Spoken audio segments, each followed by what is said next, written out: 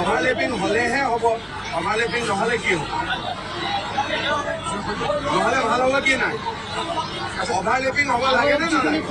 Hello' নমস্কাৰ, মই নীলোৎপল শইকীয়া আপোনালোক সকলোকে পুনৰবাৰ এটি নতুন ভিডিঅ'লৈ স্বাগতম জনাইছোঁ।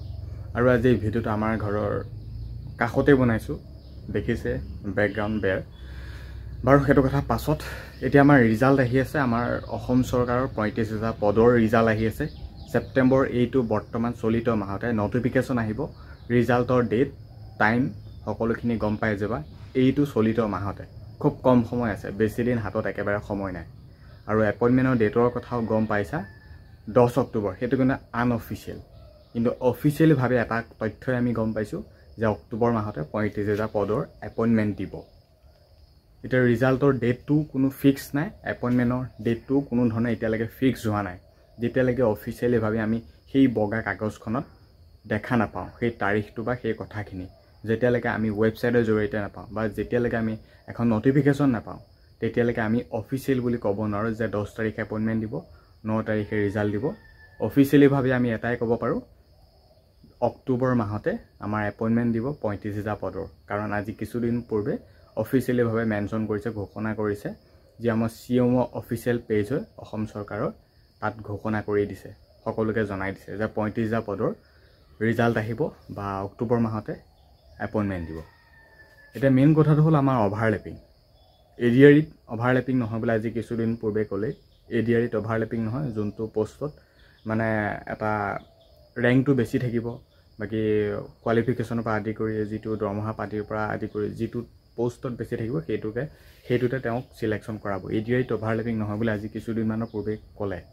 বাকী অসম পুলিচৰ কথাও বহুত কেণ্ডিডেটে সুধি আছে, অভাৰলেপিং হ'বনে নহয়, হ'বনে নহয়। তেওঁ এইটোও কোৱা নাই অভাৰলেপিং হ'ব বুলিও কোৱা নাই, নহ'ব বুলিও কোৱা নাই। খালি খুব হাঁহিমুখীয়াকৈ কৈছে যে যিমানখিনি কেণ্ডিডেটে ৰিজাল্টৰ বাবে ৱেইট কৰি আছে, যে সকলোৱে যে এইবাৰ মেৰিটত অহাৰ সম্ভাৱনা আছে, সেইটো এটা জাষ্ট তেওঁ ইংগিত দিছে। গতিকে সেইটো কাৰণে এটা আমাৰ পজিটিভ খবৰ আছে, ৰিজাল্ট আহিবলৈ গৈছে খুব সোনকালে। হয়তো এবাৰ ৰিজাল্ট বহুতৰে ভাল হ'ব, বহুতৰে নাম আহিব অসম পুলিচত, এডিআৰিত বহুতৰে নাম আহিব। বাৰম্বাৰ কৈ আছে অভাৰলেপিঙৰ সন্দৰ্ভত, হ'ব বুলিও কোৱা নাই, নহ'ব বুলিও কোৱা নাই। তেওঁ হাঁহি মুখে ধুনীয়াকৈ কৈ দিছে যে তহঁতে ৱেইট কৰ, মুঠতে অভাৰলেপিং থাকিলেহে হ'ব, তেনেকুৱা ধৰণৰ কথাসমূহ কৈ আছে। কিন্তু অসম পুলিচত অভাৰলেপিং এটা হিচাপত হ'ব, সেই কথাটো হয়তো বহুতৰে ভালদৰে গম পোৱা নাই। কিন্তু এইটো হিচাপত নহয়, যিটো হিচাপত গম পাই আছে যে এটা পোষ্টত বা এজন কেণ্ডিডেটে 6টা 7টা 4টা 5টা 3টা 2টা তেনেকৈ ৰিটেন দি থৈছে। তেনেকৈ যদি এজন কেণ্ডিডেটে যদি ইমান সোপা পোষ্টত হ'ব নেকি? তেনেকৈ নহয়। কনষ্টেবল লেভেলৰ যিমানখিনি কেণ্ডিডেটে বা এজন কেণ্ডিডেটে কনষ্টেবল লেভেলৰ যিমানখিনি পোষ্টতে তেওঁ এক্সাম দি নথওক কিয়, যোনটো পোষ্টৰ দৰমহাটো বেছি সেইটো পোষ্টতে চিলেকশ্যন কৰাব, অনলি কনষ্টেবল। সেইটো কথা গম পালা। বোলে এজন কেণ্ডিডেটে কনষ্টেবলতো ৰিটেন দি থৈছে, SIটো ৰিটেন দি থৈছে, এতিয়া কোনটো পোষ্টত পাব? তেওঁ SIটোত পাব, তেওঁ SIটোত পাব।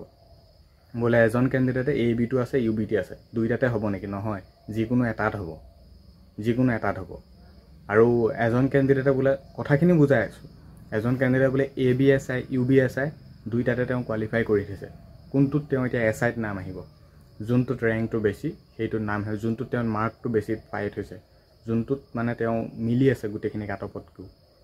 বেলেগ বস্তুটো তেওঁ দুইটা SIতে তেওঁ চিলেকশ্যন পাইছে, কিন্তু যোনটোত তেওঁ সৰ্বোচ্চ নম্বৰ পাইছে সেইটোত চিলেকশ্যন পাব। আৰু অভাৰলেপিং তোমালোকে যিটো হিচাপত ভাবি আছা সেইটো হিচাপত নহয়। বোলে এজন কেণ্ডিডেটে কনষ্টেবলটো পাই গ'ল, SIটো পাই গ'ল, তেনেকুৱা নহয়, SIতহে পাব, তেনেকুৱা নিচিনা কথা। অভাৰলেপিঙৰ কথা ইমান এতিয়া ভাবি নাথাকিব, অভাৰলেপিং নহয়। আৰু মেৰিটখন এইটো হিচাপত বনিব, বোলে বহুতে বা বহুত কেণ্ডিডেটৰ সমান নম্বৰ পাই আছে। সমান নম্বৰ যদি পাই আছে, একেবাৰে যিটো আমাৰ মেৰিট বনিব, সেই মেৰিটত যদি তোমালোকৰ সমান নম্বৰ বনি আছে, যাৰ হাইটটো বেছি বা যাৰ উচ্চতাটো, যিটো হাইটৰ কথা কৈছোঁ, বা যাৰ বয়সটো বেছি, তেওঁ চিলেকশ্যন পাব। গতিকে এটা অভাৰলেপিঙৰ সন্দৰ্ভত ইমান এটা প্ৰশ্ন আহি নপৰে, কিন্তু চিন্তা হৈ আছে। আৰু মেৰিটৰ কাটঅফৰ কথা যদি ক'বলৈ যাওঁ, ইমান বিশেষ এটা কাটঅফ নাযায়। কাৰণ এইবাৰ 1:2কে হয়তো মোৰ সম্ভৱ মাতা নাই, সম্ভৱ বহুত কম কেণ্ডিডেট মাতিছে ভালে। আৰু পোষ্ট প্ৰায় 6,000মান আছে, 6,000 পোষ্টত ভয়ংকৰ কেণ্ডিডেট চিলেকশ্যন পাব, বহুত কেণ্ডিডেট চিলেকশ্যন পাব।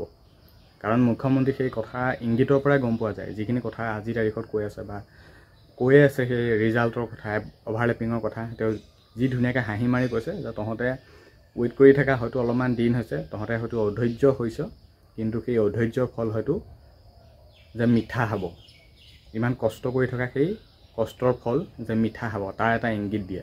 মানে যিমানখিনি কেণ্ডিডেটৰ ৰিজাল্টৰ বাবে ৱেইট কৰি আছে, হয় এডিআৰই হয় পুলিচ, যে সকলোৱে যে নাম অহাৰ সম্ভাৱনা আছে এটা ইংগিত আছে। হয় কিছুমান আউট হ'ব, হয় আউট হ'ব কিছুমান, কিন্তু চান্স আছে বহুতৰ এইবাৰ মেৰিটত নাম অহাৰ, আৰু নামটো অহাটোৱে বিচাৰিছোঁ। আৰু এনেকুৱা নহয় যে 9 তাৰিখে ৰিজাল্ট দি 10 তাৰিখে এপইণ্টমেণ্ট দিব। অক্টোবৰ 5 তাৰিখ মানে আমাৰ ৰিজাল্ট অহাৰ সম্ভাৱনা আছে, কাৰণ তেওঁ বহুবাৰ কৈছে যে আমি ৰিজাল্টটো এনেকৈ দিম, এপইণ্টমেণ্ট দিয়া 4-5 দিনমানৰ আগতে আমি ৰিজাল্টটো দিম। এপইণ্টমেণ্ট দিয়া 4 বা 5 দিনমানৰ আগতে ৰিজাল্টটো দিব, আৰু ছেপ্টেম্বৰ লাষ্ট উইকমানত নটিফিকেশ্যন আহি যাব। ৰিজাল্ট দিয়াৰ পাছতে আকৌ এপইণ্টমেণ্টৰ ডেট আহি যাব, এপইণ্টমেণ্টৰ টাইম আহি যাব, বোলে আমুকটো তাৰিখে আমি এপইণ্টমেণ্ট দিম। বাকী এপইণ্টমেণ্ট দিয়াৰ সেই যিখন ডাঙৰ সভা হ'ব, সেই সভা চলি থকাৰ সময়তে ৱেবছাইটত আপডেট আহি যাব যে আজি সন্ধিয়া 4টা বজাত বা 7টা বজাত এপইণ্টমেণ্ট ডাউনলোড হ'ব। সেই দিনটোৱে, সেই দিনাতে বোলে এনেকুৱা নহয় যে আমি এপইণ্টমেণ্ট দিনাখন গৈ নাপালোঁ বা আমাক এপইণ্টমেণ্ট দিব, নহয় ডাউনলোড কৰিব পাৰিবা। কিন্তু মুখ্যমন্ত্ৰী মহোদয়ে এইটো কাম নকৰে যে 9 তাৰিখে ৰিজাল্ট দি 10 তাৰিখে তোমালোকে এপইণ্টমেণ্ট দিব, আগদিনাখনেই কেণ্ডিডেট আহিব নোৱাৰাকৈ, তেনেকুৱা নকৰে। কাৰ বাবে পাতিছে? তোমালোকৰ বাবে। যদি কেণ্ডিডেটে আহিব নোৱাৰে গতিকে সেই কথাখিনি নিশ্চয় চিন্তা কৰিব লগা বিষয়। অলৰেডি হৈ গৈছে, হয়তো অলৰেডি ৰিজাল্টবিলাক সকলো ক্লিয়াৰ হৈ গ'ল, খালি দিবলৈ বাকী আছে।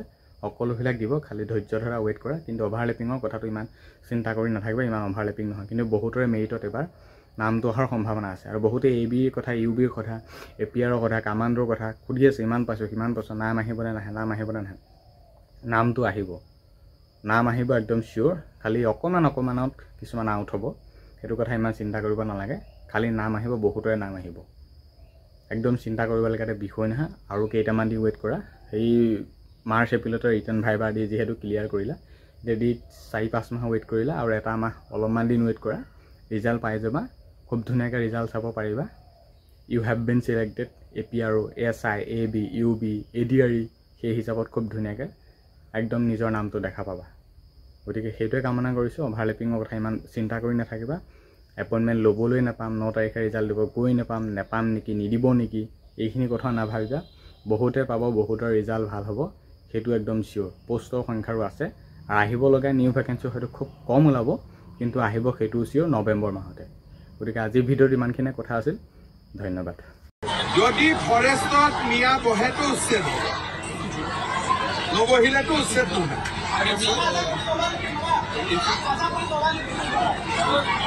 অভাৰলেপিং হ'লেহে হ'ব, অভাৰলেপিং নহ'লে কি হ'ব? নহ'লে ভাল হ'ব কি নাই? অভাৰলেপিং হ'ব লাগে নে নালাগে?